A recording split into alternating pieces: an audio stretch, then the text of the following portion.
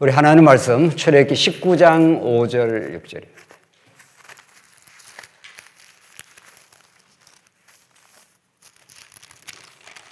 우리 하나님 말씀 구약성경 출애굽기 19장 5절 말씀입니다. 잘 쓴 줄 알고 봉독 드리겠습니다. 출애굽기 19장 5절입니다. 세계가 다 내게 속하였나니 너희가 내 말을 잘 듣고 내 언약을 지키면 너희는 너희 민족 중에서 내 소유가 되겠고 너희가 내게 대하여 제사장 나라가 될 것이며 거룩한 백성이 되리라. 너는 이 말을 이스라엘 자손에게 전할지니라. 6절까지 봉독드렸습니다. 오늘 봉독드린 말씀은 구약 성경에서 우리 성경의 큰 줄기를 이해하는데 또 언약의 아주 독특한 그 내용으로서의 하나님 나라의 성격을 이해하는데 아주 결정적으로 중요한 말씀인 거죠. 내 언약, 내가 내 말을 잘 듣고 내 언약 속에 있으면 이런 뜻입니다. 여기서 행위에 근거해서 어떤 하나님께서 복을 주시겠다는 뜻이 아니라 언약에 속해 있으면 그 언약의 본질을 이제 설명하는 건데 하나님께서 너희들이 내게 대하여 제사장 나라가 되며 거룩한 백성이 되도록 하나님께서 해 주시겠다 이런 겁니다. 오늘 이 말씀을 근거로 해서 오늘 우리 권사 우리 회의 우리 주제를 율법 통치의 복음적 의미로 이렇게 잡았습니다. 이 말이 얼마나 소중한 말씀인지 출애굽기 특별히 19장 5절로 6절의 말씀 이것을 꼭 기억하시고 이것이 구약의 하나님께서 약속의 나라를 이루는 특징, 성격일 뿐만 아니라 예수 그리스도 안에서 주어지는 여러분과 저의 우리 하나님 나라인 교회의 본질을 잘 가르쳐주는 말씀입니다. 그런 그 복음 진리와 복음 진리에 비추어서 이 땅에 세워지는 하나님 나라인 교회를 우리가 성경에 근거해서 우리가 잘 이해할 때 이 땅에 살아가는 특별히 우리 교회의 직분자로 살아가는 우리의 가치, 의미 이런 것들이 잘 이해되고 더 의미 있고 보람 있는 교회 생활이 되리라고 보여집니다. 오늘 주제가 뭐라고요? 율법 통치 이렇게 되었습니다. 구약의 율법은 결정적인 거죠. 너무 많이 나옵니다. 모세오경 전체가 율법이라 해도 과언이 아닐 정도로 특히 이제 출애굽기부터 출애굽기, 레위기, 민수기, 신명기 다 율법인 거죠. 하나님께서 이제 율법을 통해서 하나님이 세우시는 나라, 이제 구약의 이야기입니다. 구약에 하나님 세우시는 이스라엘 나라를 하나님이 율법에 근거해서 통치하시겠다. 이것이 구약 전체를 관통하는 메시지인 거죠. 이게 하나님께서 언약의 내용, 언약을 율법을 통해서 언약의 나라를 이루시겠다 이런 거니까. 이제 그런 구약을 우리가 잘 이해하고 구약 배경을 잘 이해하면은 자연스럽게 구약의 모든 말씀이 예수 안에서 이루어지고 예수님이 머리가 되셔서 이 땅에 이루시는 하나님 나라의 교회를 어떻게 다스려 가신다는 이제 복음의 내용의 그림자니까 잘 이해될 수가 있는 거죠. 이런 율법 통치는 여러분과 저에게 이거 해라 저거 해라 이거 하지 않으면 안 된다 저거 해야 된다 하는 무거운 법으로 다가오는 것이 아니라 그 모든 율법을 한 분 그리스도가 성취하심으로 우리에게는 복음으로 다가오고 우리에게는 무거운 짐을 벗겨주시는 그래서 우리를 자유케 하는 그래하여 우리 마음속에 사랑의 법을 담겨주셔서 이른바 교회를 섬기기까지 하나님께서 만들어주시는 복음의 메시지인 거죠. 그래서 오늘 주제를 우리 권사 직분의 복됨과 관련해서 이렇게 우리가 오늘 주어진 시간 안에 살펴가도록 하겠습니다. 우리에게 주신 어떤 직분도, 이 땅의 어떤 직분도 은혜의 선물인 거죠. 우리 원래 하나님께서 우리를 부르지 않았다면은 본질상 우리는 진노의 자녀이고 우리는 죄의 종로로 하고 자기 영광, 자기 중심적인 삶을 살 수밖에 없는 말할 수 없는 죄인인 거죠. 그런 죄인은 다른 사람을 섬긴다. 다른 사람의 짐을 덜어주려고 한다. 이런 말이 성립되지 않는 언어입니다.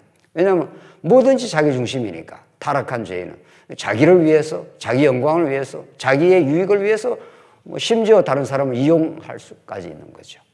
그렇게 합니다, 우리 인간은. 그런데 우리가 예수를 믿었다. 그래서 하나님 나라 백성이 되었다. 오늘 우리 출애굽기 19장 5절에서 6절에서 말하는 제사장 나라가 되었다. 이건 아주 독특한 언어인 거죠.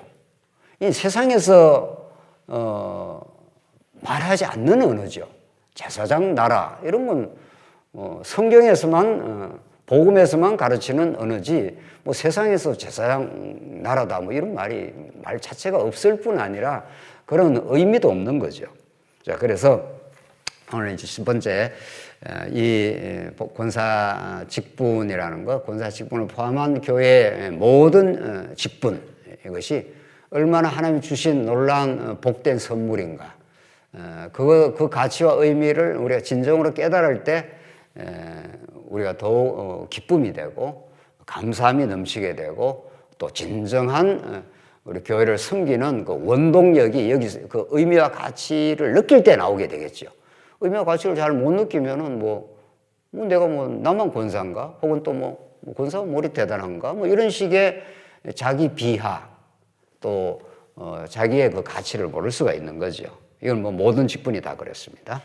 우선 이제 오늘 마지막 시간 이제 두 번째 시간의 결론 부분에 가서 그 부분을 충분히 우리가 검토를 하겠는데 오늘 강론을 듣는다 생각하지 말고 우리 권사님들 오랫동안 말씀을 들어왔습니다.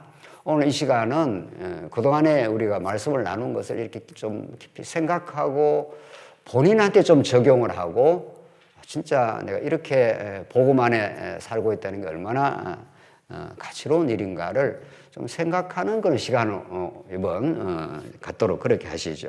물론 이제 강의를 제가 해 나가겠습니다만은 이제 그동안 쭉 많이 들어왔던 걸 조금 더 종합하고 조금 더 본인한테 적용하는 그런 유의미한 시간이 되길 바랍니다. 우선 문제 제기를 하겠습니다. 복음 신앙과 율법 신앙이 있을 수 있죠. 또 우리 한국 교회에 더 나아가서 전 세계 교회에 바른 복음을 복음대로 우리가 성경을 통해서 이해하지 못하면 반드시 율법 신앙이라고 하는 무거운 멍에를 메고 살아갑니다.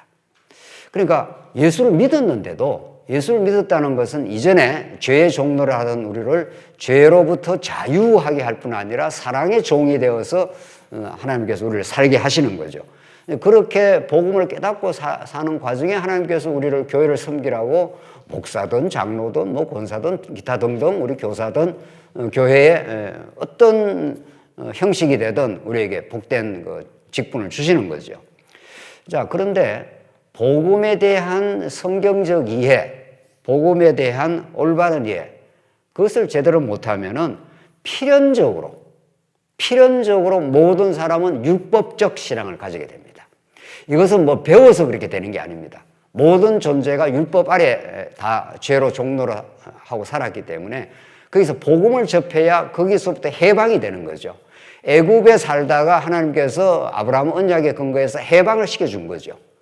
내가 언약을 기억하사 너희들의 고통에 신으면서 내가 건져내었다. 이게 이제 하나님께서 이스라엘 백성들을 이제 건져내고 주신 말씀이 오늘 너희가 내 말을 잘 듣고 율법 안에 있게 될 때 율법에 속한 백성으로 하나님께서 해주시는데 이제 너희 나라를 새로운 나라로 만들어주겠다 이거죠. 애굽에 종살이 하던 그런 고통받고 억압받고 종노릇 하던 그런 정체성, 그런 신분에서 온전히 하나님 안으로 인도해 한 백성이 되게 하겠다. 하나님을 섬길 수 있는 더 엄밀하게 말하면 하나님의 섬김을 받는 하나님의 사랑을 받는 그런 제사장 나라로 만들어주고 그 감동으로 이제 하나님께 나아가는 거죠. 이스라엘 백성들이 이제 모든 것은 성막 혹은 성전을 중심으로 해서 이스라엘 나라 하나님 나라가 이제 이루어지는 건데, 이스라엘 백성들이 성마로가 올 때 자신의 죄를 고백하고 양을 한 마리 가져와서 그 양을 죽이고 피를 받아서 제사장이 하나님께 나아가면 하나님의 놀라운 그 은혜 아래 살게 되는 거죠. 그게 이제 하나님이 이스라엘 백성을 통치하고 사랑으로 붙들어주고 그들을 용서하는 그런 이제 신앙인 건데, 이걸 이제 총체적으로 이루신 분이 예수 그리스도 한 분이라는 거죠. 그 예수 그리스도를 아는 것을 우리는 복음이라고 하는 거죠. 굿뉴스라고 하는 거죠. 너무도 좋은 소식이 왔다는 거죠. 네. 우리에게 조그마한 좋은 소식이 들려와도 우리 마음이 기쁜데, 우리나라가 뭐 다른 나라를 뭐 축구를 이겼다, 우리 자녀들이 대학에 합격했다, 뭐 이런 게 다 좋은 소식들 아니에요? 엄청 기쁜 거죠. 그래서 인간은 밖으로부터 어떤 좋은 소식이 들려와야 그 기쁜 겁니다. 왜냐하면 인간은 내면 안에서 스스로 좋은 소식을 만들 수 있는 그런 샘터가 없습니다. 죄인이기 때문에. 시기, 욕망, 미움. 그러니까 그건 뭐 좋은 소식이 아닌 거죠. 나쁜 소식인 거죠. 그러니까 자기 내면 안에서 스스로 만들어낼 수가 없고 밖으로부터 찾아와야 되고, 예수 그리스도가 우리 안에 오셔야 우리 안에 좋은 소식이 깨달아지는 거죠. 이걸 복음이라고 한다는 거죠. 그래서 복음이라는 건 여러분과 저의 생명이 달린 문제입니다. 이것은 뭐 조금 알아도 되고 몰라도 되고 뭐 대충 어떻게 신앙생활 해도 되고 이런 문제가 아니라는 거죠. 여러분과 저의 전생애가 걸린 문제고, 우리 삶과 우리 인생과 우리가 사랑하는 가족들과 뭐 우리 교회와 이 모두의 결정적인 의미, 그 가치가 걸려있는 그런 문제가 복음이 무엇이냐 하는 문제죠. 진리가 무엇이냐 이건데, 이제 복음을 복음답게 듣지 못하면 자연 발생적으로, 제가 이제 처음에 서두에 말씀드린 대로 자연스럽게 인간은 율법 아래에서 매여서 신앙생활을 한다는 겁니다. 그 얼마나 끔찍하고 무시무시한 일인지 모릅니다. 율법이 이래야 된다, 저래야 된다, 이거 안 하면 안 된다, 뭐 이거 안 하면 너희가 저주받는다, 이거 안 하면은 제대로 삶이 안 된다, 뭐 이런 식의 계속 이런저런 율법적 조항, 무거운 짐들, 이런 속에 매여서 신앙생활을 하게 된다는 겁니다.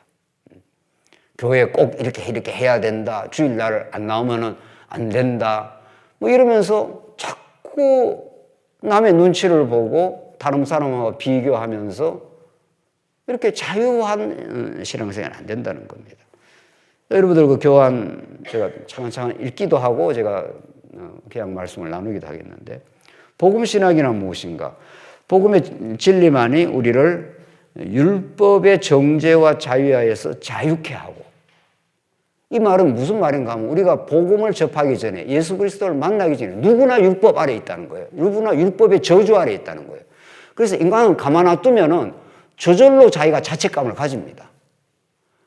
율법이라는 성문화된 율법을 몰라도 그렇습니다. 몰라도 인간은 스스로가 괜히 자기가 스스로를 덜 뽑습니다. 아이고 내가 이래서는 안 되는데, 뭐 이것 때문에 내가 잘못되었는데 내 탓이야. 괜히 자기를 덜 뽑고 자기를 자책감을 가져. 이거는 뭐 필연적으로 그렇게 됩니다. 그러니까 율법 신학이라는 거는 뭐 율법에 꼭 교회에서 잘못된 율법을 들어서만 율법 신학을 가지는 게, 모든 인간이 율법 아래에 있습니다. 의식하든 의식하지 않든. 그래서 스스로 자기를 잘못되었다라고 자꾸 자기를 덜 뽑고 자기가 문제다 그러고 그 정죄의 늪에서 스스로가 못 헤어나요. 그 반대가 뭔 줄 압니까? 그 반대 현상이 또 있어요. 아주 자기를 미화하거나 자기가 굉장히 자기의 속은 그렇지도 않는데 다른 사람 앞에서 괜히 자기를 뽐내거나 자기를 미화하거나 해서 자기가 아닌 자기의 삶을 살아요. 자기 실제 마음은 미움, 시기, 원망, 뭐 탐욕 가득 차고 있거든요. 인간의 본래 존재는. 그런데 그걸 잘 포장을 하고 다른 사람 앞에서 나는 이렇게 멋진 인생이다, 이렇게 포장을 하고 사는 수가 있어요. 둘 중에 하나예요.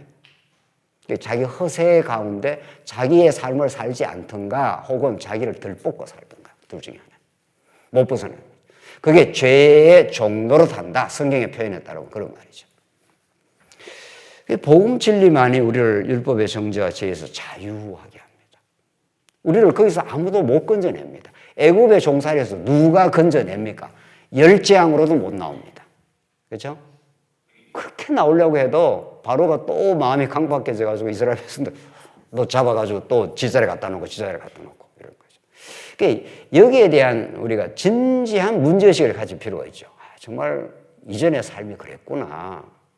진짜 진정한 하나님을 중심으로 해서 자유하는 그런 삶을 산 게 아니라 하나님을 하나님답게 잘 모른다. 혹은 복음질을 잘 모르면은 인간은 양극단에 가 있다는 거죠. 하나는 자기 정죄감, 죄책감, 하나는 자기 뽐냄, 뭐 이런 거예요. 다른 사람하고 비교해서 내가 너보다 좀 더 낫지, 뭐 이런 거. 거기에서 허세를 누리는 거죠. 내가 너보다 더 나아, 의로워, 뭐 이런 식의. 이게 보통 질곡이 아닙니다. 이게 보통 인간을 불행의 늪으로 끌어넣는, 또 뭐 끌어넣는다는 표현보다도 그냥 불행의 늪에 삽니다, 인간은. 누구나 거기에서 못 벗어납니다. 그래서 하나님은 우리에게 약속대로 복음, 진리, 예수를 보내줬고 우리를 거기에서 자유하게 했다. 애굽에서 종살이에서 벗어났다는 거죠. 이제 애굽의 종살이에서 벗어났다고 해서 모든 게 해결된 건 아니죠. 근본적으로는 해결이 됐고 이제 자유의 나라, 참된 섬김의 나라, 기쁨의 나라인 가나안 땅으로 가는 여정에 있는 거죠. 이전보다 훨씬 더 자유로운, 이전보다 훨씬 더 든든한 인생이 하나님께서 점점 되게 만드시고 그걸 이제 광야 시련을 통과하면서 우리를 그리스도의 사람으로 점점 만드시고 마침내 약속의 땅에 이르게 하실 것이다. 이게 이제 우리 구약에서 나오는 하나님의 그 섭리의 여정이죠. 그래서 예수를 믿고 율법의 정죄로부터 자유함을 얻게 된 성도는 그리스도의 은혜만이 마음을 다스리게 되어 있습니다. 근데 이제 중요한 건 그리스도의 은혜의 복음을 지속적으로 듣거나 또 그 들은 말씀을 우리 지체들과 서로 나누거나 이렇게 하면 자꾸 그 마음이 은혜의 다스림을 받게 되겠죠. 근데 예수를 믿긴 해도 복음을 정통으로 못 들었거나 또 뭐 복음 듣는 말씀 듣는 걸 좀 소홀히 하면은 자꾸 세상의 소리에 휩싸이게 됩니다. 그렇게 되죠. 그래서 자, 우리 복음신앙이라는 것은 하나님이 언약하시고 언약을 성취하시는 하나님의 전적인 주권적 선물입니다. 정말 여러분과 제가 누구라도 자유하는 그런 정말 풍요한 신앙생활을 우리가 원하는 거죠. 자, 그렇다면 복음이 뭔지를 우리가 정확하게 알아야 되는데 이제 두 번째 보십시오. 두 번째가 아니라 그러나 율법신앙은 성도를 종로로 하게 하며 억지로 타인을 의식하여 위선적인 신앙생활을 하게 합니다. 이는 죄의 종놀이며 사망의 정상입니다. 그 신앙생활이 이렇게 자유롭지 않고 자꾸 다른 사람을 의식하게 되고 다른 사람과 비교하게 되고 이게 불가피한 죄인의 모습인데 거기서 못 벗어난다는 거예요. 그 굴레에서 자꾸 못 벗어나서 교회 생활이 크게 자유롭지 않고 충분한 누림이 없다면 우리 신앙을 점검할 이유가 있는 거죠. 내가 복음 신앙보다도 율법적 신앙에 빠져 있구나.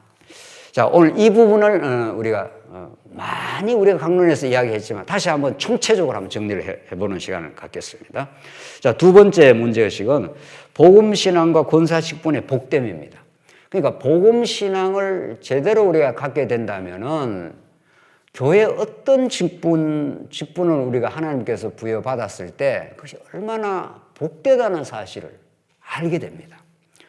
이게 정말 놀라운 하나님의 축복이었구나. 이걸 비로소 이제 복음 진리를 깨닫는 농도만큼 우리의 직분의 가치를 느끼게 된다는 겁니다. 근데 그 놀라운 사실은 이 직분은 예수 그리스도를 따라가는 길이죠. 사람은 스스로 못 삽니다. 반드시 누군가가 나를 향도하고 인도해주는 어떤 존재가 있습니다. 그러니까 예수 믿는 사람은 예수 그리스도 한 분이시고 불교에서는 부처라고 생각할 거고 유교에서는 공자라고 생각할 거고 심지어 아무 종교가 없는 사람도 누군가는 따라가고 있을 겁니다. 그렇겠죠? 어떤 좋은 책을 읽었다라든가 어떤 내 주변에 좋은 사람이 좋은 부모님을 만났다라든가 인간은 스스로 이렇게 사는 존재가 아닙니다. 누군가가 피조물이기 때문에 창조주가 계시고 창조주를 믿지 않는다면 창조주 자리에 무언가가 올라가 있는 거죠. 자, 그래서 이 권사 직분의 앞길을 걸어가신 분이 있죠. 우리가 따라갈 누군가가 있죠.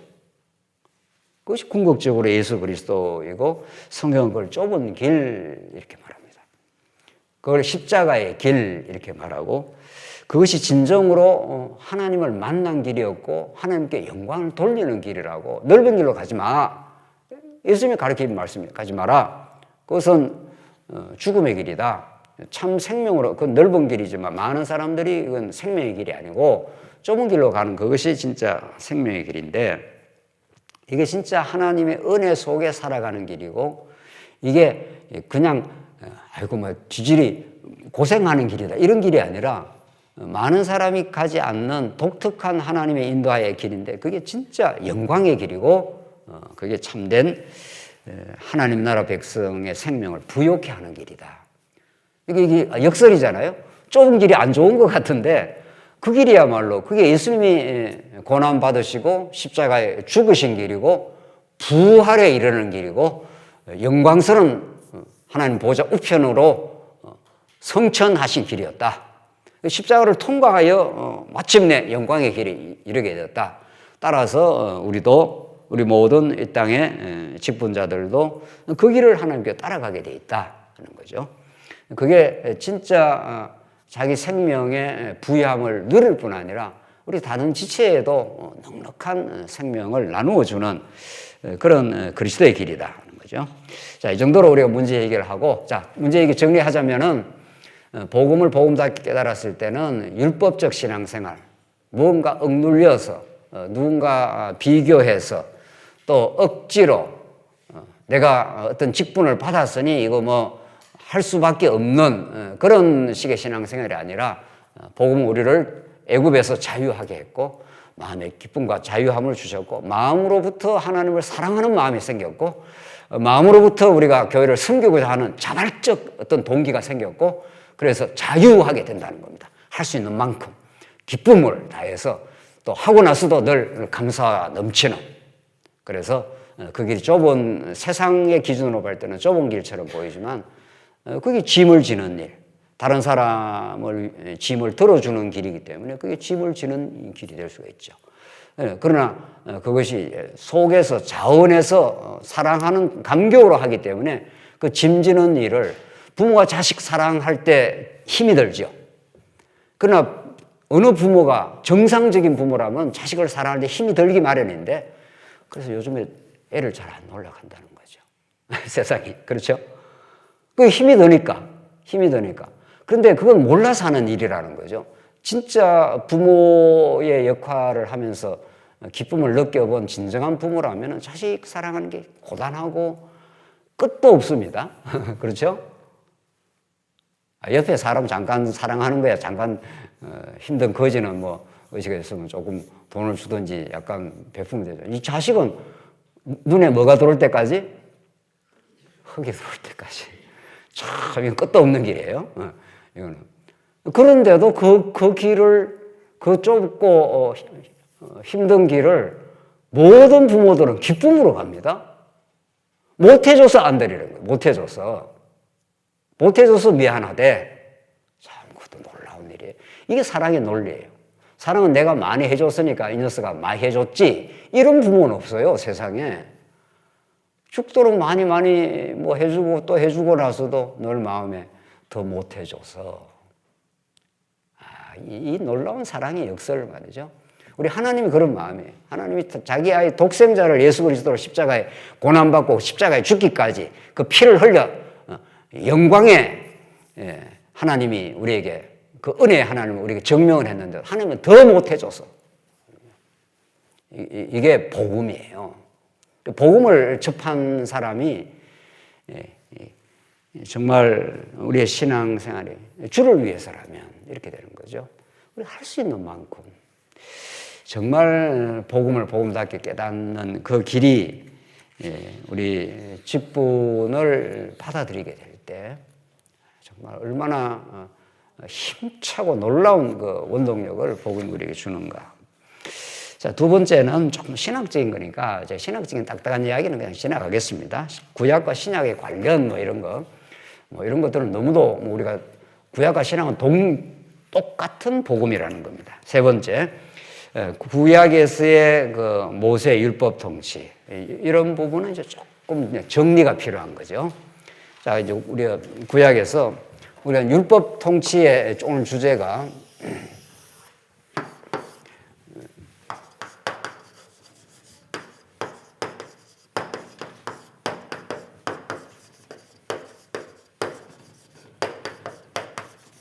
성경의 모든 건 복음이라는 겁니다. 구약이든 신약이든 구약과 신약의 관계에 우리가 구약든 신약이든 조금도 그 무게가 다르지 않습니다.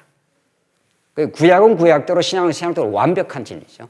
그 둘이 하나가 되어서 더 온전한 진리를 드러내는 거죠. 다 복음인데 이제 우리 오늘 주제는 모름지기 율법의 문제죠.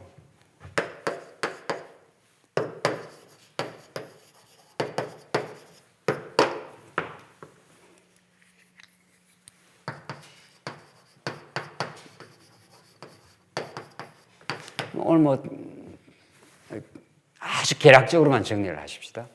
율법을 복음으로 이해하겠다 지금 그 말이잖아요. 아주 쉽게 말하면은 신구약 전체가 다 율법이에요. 근데 문제는 우리가 문제 제기했듯이 율법에 대한 오해로 말미암아 오늘날 21세기 살아가는 우리들에게 엄청난 짐이 된다는 겁니다. 올무가 돼가지고 우리 신앙생활이 늘 이렇게 뭔가 자유하지 않다. 이게 율법에 대한 오해로부터 나온 거죠. 오늘 포인트는 율법으로 하나님이 구약은 통치를 해 가신데 이것이 어떤 복음적인 예수 그리스도 사건하고 직결이 되어 있고 이것을 우리가 진짜 제대로 잘 깨달으면 그리스도의 우리가 지체니까 그리스도를 올바르게 아는 거 이게 여러분과 저의 삶의 근본적인 목적입니다. 그리스도를 올바르게 알면 그리스도의 지체인 우리에게 놀라운 은혜와 복이 주어지는 거죠. 근데 그리스도를 잘 모르면 그만큼 우리의 의미, 우리 신앙의 의미, 또 우리의 정체성 이게 정확하게 정리가 안 돼 있는 거죠. 정리가 안 되는 거죠. 그래서 이제 율법 문제를 오늘 거론하는 건데 율법을 이제 올바르게 이해하기 위해서는 언제나 이 창세기 1장에서 3장에 이걸 우리는 성경 전체를 풀어가는 이제 원형이라고 그러는데 원형이 들어있다. 그리고 이스라엘 역사를 우리는 모형이라고 보고 예수님 오신 이유를 우리는 실체라 이렇게 이해를 합니다. 그래서 1장에 3장을 잘 이해를 하면은 이제 이 아브라함과 모세의 이 관계, 율법을 잘 이해할 수 있죠. 왜냐하면은 모세 율법이 너무 많잖아요. 613가지 조항으로 말하면은 그리고 그 대표적으로 십계명이 있고 그다음에 규례, 법규 이런 것들이 뭐 엄청 많은 거죠. 이게 이제 구약에 자세하게 나와 있지 않습니까? 이 자세하게 나와 있는 것에 원형이 여기 들어 있습니다. 여기 어떻게 들어 있는가 하면 하나님께서 아담에게 하나님 나라를 복으로 주시겠다 이렇게 말하고 창세기 2장에 가면은 선악을 알게 하는 나무를 따먹지 어떻게 해요? 말라 이렇게 돼 있죠. 그 율법인 거죠. 따먹으면 어떻게 해요? 정령 죽으리라 이렇게 돼 있죠. 그래서 율법이 이게 전부 다 뭐뭐 하지 말라 그걸 순종하면 복이 되고 하지 못하면 저주라. 그러니까 복과 저주로 이렇게 나오는 거 아니에요? 복과 저주. 오늘 이런 자세한 내용을 우리가 오늘 이야기하려는 게 아니고 아주 중요한 그 핵심 포인트만 우리가 이야기를 하겠습니다. 그러니까 이게 이제 율법이 이렇게 많아요. 그런데 하나님 왜 율법을 줬는가 하면 하나님께서 아브라함에게 내가 지시할 땅으로 가라 이렇게 하고는 너희가 복이 근원이 된다. 너가 복의 백성이 된다고 약속하시고 하나님께서 자손을 생육하고 번성하라 땅을 정복하라 너 허리에서 열왕들이 나와서 왕을 다스린다 하였고 하나님이 아브라함에게 주신 그 복의 내용은 하나님께서 하나님이 통치하는 하나님의 나라 이스라엘 나라를 하나님께서 건설해 주시겠다 이 말이죠. 그 건설해 주는데 그 건설의 그 나라라는 것을 하나님이 통치하는 통치 방법이 율법인 겁니다. 그렇죠? 뭐 제가 누차 말씀을 나눈 대로 우리나라를 다스리는 통치 방법 혹은 통치 원리가 헌법이라는 거예요. 우리 최근에 헌법 문제가 얼마나 저도 헌법에 대해서 그리 잘 모르는데 하도 헌법 이야기를 많이 해가지고 요즘에 말이죠. 헌법재판소 뭐 이래가지고 맨날 몇 달을 헌법 들었지 않습니까? 그 헌법이 그만큼 중요한 거예요. 나라의 건강을 또 나라를 지켜나가는 데는 헌법이 그만큼 중요해요. 뭐 그런 것처럼 하나님께서 그 나라의 법으로 이제 주셨다. 이렇게 우선 큰 골격으로 이해를 하고, 근데 그 원형이 여기 들어있다. 어떻게? 하나님께서 아담에게 생육하고 번성하고 땅을 정복하고 땅을 다스려라. 이렇게 해서 하나님께서 복을 주신 것이 하나님 나라를 내가 건설해 주겠다. 이렇게 건설해 주시겠다 하시고, 이걸 아담에게 하신 이 복은 진짜 누구한테 이루어지는 겁니까? 예? 여러분 이제 같이 누구한테 이루어지는 거죠? 예. 마지막 아담 혹은 둘째 아담 예수가 이루실 건 거죠. 이루신 거죠. 그 이루어진 게 오늘 교회예요. 이게 교회는 사람들이 만나서 교회를 만든 게 아니에요. 전혀. 오순절날도 마찬가지고 성령이 오셔서 제자들을 새롭게 진리를 깨닫게 해서 이 땅에 신약교회를 탄생시킨 거지 않습니까? 자, 그래서 이제 정리를 하자면 하나님이 이제 율법을 통해서 나라를 건설하는데 1장에서 3장에 이미 그 원형이 들어있다는 거예요. 원형이. 어떤 원형이? 선악과를 따먹지 말라. 먹으면 죽는다. 먹으면 저주가 온다. 그러고 나서 생명나무가 있잖아요. 생명나무에 대해서는 이 창세기에서 자세한 설명이 없이 그냥 지나가요. 그러나 지나는 가지만 원리적으로는 우리가 이해할 수 있는 거죠. 하나님이 생명나무만 딱 만들어 놨으면 생명나무 먹고 어디에 살았을 겁니까? 에덴 동산에? 우리가 이렇게 광야 같은 세상에 안 살고 지금 어디 살 거예요? 에덴 동산에서 먹을 것도 많고 입을 것도 많고 뭐 거기 살 건데, 근데 문제는 에덴 동산에 살면은 어떻게 된다는 겁니까? 문제는 선악과를 따먹지 않고 생명나무를 먹고 에덴 동산에서 계속 아담과 후손들, 그래서 김 아무개도 계속 자손이 번창해서 에덴 동산에 계속 살면은 어떻게 된다는 겁니까? 문제는 에덴 동산의 그 복됨을, 그 아름다움을, 그 좋음을 진짜 누립니까? 못 누립니까? 못 누려요. 그 자각이 안 돼요. 한국이 얼마나 공기가 좋다는 건 어디 가봐야 알죠? 인도로 가봐야 알죠. 인도를 가봐야 공기가 얼마나 매캐한지, 얼마나. 한국만 살면은 이렇게 공기가 좋은데 잘 모른다니까요. 뭐 원래 공기가 좋은가 보다, 이렇게. 그래서 에덴 동산에서 그냥 살면 이게 하나님이 얼마나 정말 복이라는 사실을 깊이 못 느껴요. 그래서 하나님은 선악을 알게 하는 나무라는 율법을 줘서 율법 아래 이렇게 빠지게 된 거죠. 그래서 죄라는 것은 이 자체로는 아주 나쁜 건데 여기 교육적 의미를 갖고 있어요. 여기 아버지를 한번 떠나보면은, 탕자 한번 떠나보면은, 이야, 진짜 아버지 집이 진짜 좋구나. 그래서 여러분과 저는 모든 우리 하나님 택한 백성은 아버지 집으로 가야지. 그 나라로 가야지. 이 땅의 광야를 우리가 통과하면서 아버지 집으로 가야지. 이런 그 간절한 이 나그네로서의 마음이 생깁니다. 자, 그래서 하나님은 이제 창세기 1장에서 3장에서 선악을 알게 하는 나무는 먹으면 죽음, 사망이고, 생명나무 먹으면 생명을 누리는 나무, 이 두 나무를 주신 것은 이 둘 다를 가지고 내가 이 나라를 내가 다스려 가겠다라고 하는 하나님의 의지예요. 하나님의 주권적 의지라니까요. 그래서 하나님은 궁극적으로는 우리에게 영원한 생명을 주시죠. 생명이라는 것은 이게 아름다운 게 없습니다. 우리에게 살아있다는 것처럼 이 축복은 사실은 없어요. 그래서 이 생명의 풍요를 깨닫고 누리게 하기 위해서 뭐를 한번 경험을 시킨다는 겁니까? 죽음을. 그러니까 하나님으로부터 떨어져 나오는 것이 죽음이에요.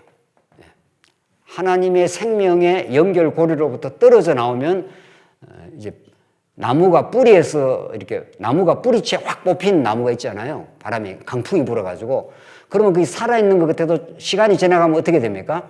점점 고갈되지요. 뿌리가 뽑혀버리면 그런 게 우리 인생의 모습이에요. 그래서 다시 예수 그리스도의 접붙임 바 되어서 예수 그리스도의 지체가 되어서 포도나무 대신 예수 그리스도의 연결이 되어서 우리가 예수의 생명을 얻어서 생명의 능력이 왕성해지는 것, 살아있다는 걸 느끼는 것, 하나님의 은혜가 우리를 살게 하신다는 것, 이런 것들을 자꾸 느끼게 하시려고 하나님께서 이런 법을 주신 거죠.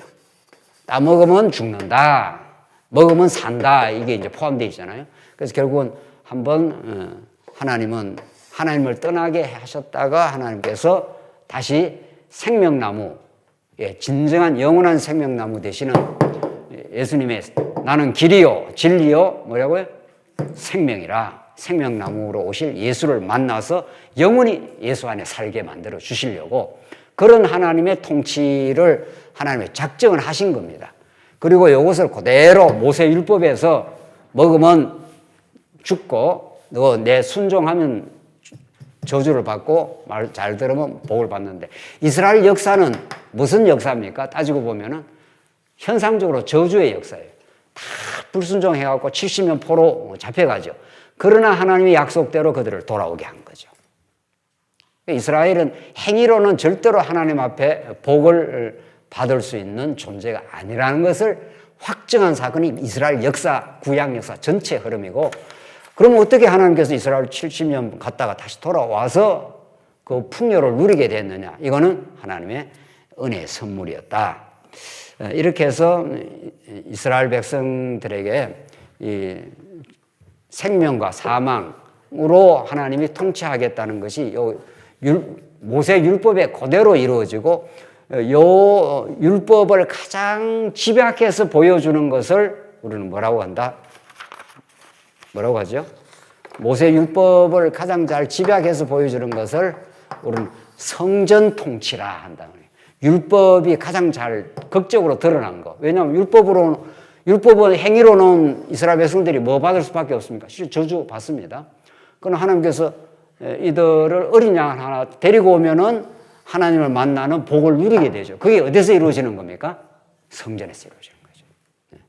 그래서 아브라함에게 주신 하나님 나라는 성전의 방식으로 가장 잘 하나님의 은혜의 통치, 사랑의 통치가 성전으로 이루어진다. 그 율법이 그걸 말하고 있잖아요. 그 출애굽기 후반부가 전부 성막을 만드는 거죠. 성막 이렇게 만들어라, 저렇게 만들어라, 고는 어떻게 만들고, 어떻게 만들고, 전부 그 성막이 죄 지은 이스라엘 백성들이 하나님을 만나서 하나님의 생명의 통치를 누리게 되는 곳입니다. 그렇죠?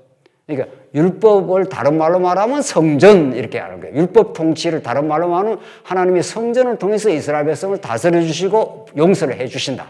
오늘 복잡한 다 정리를 하시고 자 오늘 우리 하나님은 아브라함에게 나라를 하나님께 주시기로 약속하고 이 나라를 율법의 방식으로 다스려 가는데 이스라엘 백성은 율법을 지켜낼 수 있습니까? 없습니까? 전혀 못 지킵니다. 전혀. 그러면 저주받아 마땅하죠. 그런데 어떻게 해서 끝까지 그래도 나라를 유지하고 70년 포로 생활을 했지만은 다시 돌아와서 또 나라를 재건하죠. 그 복을 누리죠. 그건 뭐 때문에 그렇습니까? 율법이 가르치는 성전이라고 하는 성전 제도 때문에 이스라엘 백성은 용서받고 하나님을 여호와라 이렇게 부를 수 있게 된 거죠. 성전에서. 그렇죠? 우리가 늘 성전 그림 그리지 않습니까? 양의 피를 가지고 제사장이 1년에 한 차례 대제사장이 지성소로 나아가면 하나님이 구름으로 어떻게 해요? 응답을 해 주시는 거죠. 그게 이스라엘 나라의 가장 핵심적인 내용이죠. 이스라엘 나라는 성전으로 이루어지는 나라. 그걸 제사장 나라. 이렇게 되는 거죠. 여기까지가 구약이죠. 여기까지 구약이죠. 그 다음에 어떻게 되나요? 이제 구약 했으니까 어디로 넘어가야 됩니까? 신약으로 넘어가야죠. 신약으로. 이제 우리가 지금 이렇게 성전 짓는 건 아니잖아요. 우리가 지금 10계명을 1조 지키고 2조 지키고 이렇게 안 하잖아요. 제가 늘 말씀할 때 그 율법이 할 때마다 집에, 가정집에, 우리 집에 말이죠. 1조, 남편은 돈을 한 달에 500만 원 벌어와야 된다. 못 벌어오면은 저주받는다. 그러면 집에서 쫓겨난다. 2조, 아내는 아침 5시에 일어나서 꼭 우리 밥상을 차려야 된다. 이런 법이 있습니까? 집에? 이 집이 있는가 봐요. 없어요. 그런 거 없는데 왜 가정이 잘 돌아가나요? 왜? 자동적으로 남자는 일어나면 가족을 부양하기 위해서 500만 원을 버리든 200만 원을 버리든 1000만 원을 버리든 그거야 하나님 주시는 분량대로 버리는 거고 나가서 열심히 일을 하고 아내는 자동적으로 애들 학교 보내고 뭐 일을 하니까 얼마나 아침에부터 부산하고 밥 챙기고 하느라고 그런 조항 없어도 가정이 팽팽 돌아간다니까요. 자동적으로 돌아간다니까요. 율법이라고 하는 이 조항 때문에 우리 신앙생활이 움직이는 게 아니라는 거죠. 1조, 권사는 주일날 10시까지 나와야 된다. 이런 거 없어. 없어도 당연히 권사라면은 11시에 예배니까 당연히 뭐 한 9시 반에 나오든 10시 반에 다른 성도보다 조금 더 일찍 나오려고 하겠죠. 이제 마음이 찔리는 사람이 있네, 여기 또. 당연히 그런 마음이 생기지. 아이고, 일반 뭐 그냥 초신자야 뭐 딱 11시에 나오면 되지. 그 뭐 11시에 나온다고 누가 뭐 체크하나요? 그렇죠.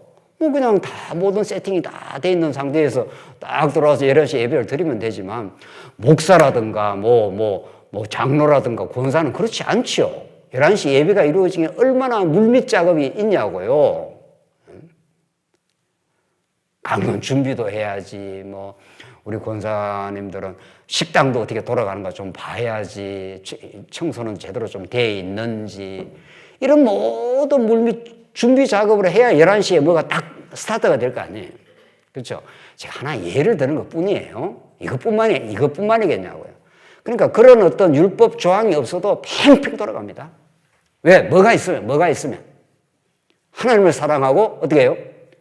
성도들을 사랑하는 마음이 있으면 돌아간다니까요. 그게 없어서 지금 문제지. 율법 조항이 1조 이래야 된다. 2조 이래야 된다. 3조 이래야 된다. 그런 거 없어도 가정 막 돌아가요. 잘 돌아가. 사랑이 있으면. 사랑이 없으면 문제가 되는 거지. 그때부터는. 당신이 하세요. 당신이 해.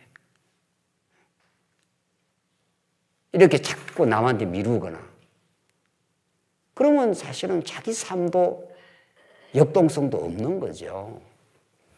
문제는 지금 복음을 복음답게 깨닫느냐. 이 율법이라는 것이 이 많은 율법, 복과 저주의 율법 이것이 예수 한 분에서 어떻게 성취되고 이게 우리한테 복으로 다가왔느냐는 우리 조금 쉬었다가 이제 하겠는데 이게 정말 이걸 잘 깨닫게 되면은 우리 신앙생활이 완전히 달라집니다. 이 복음을 진정으로 접하게 되면은 그렇게 느슨해지거나 그냥 눈치 보거나 그냥 게으르거나 그렇게 안 되게 돼 있습니다. 그럴 거 아니에요. 그렇죠?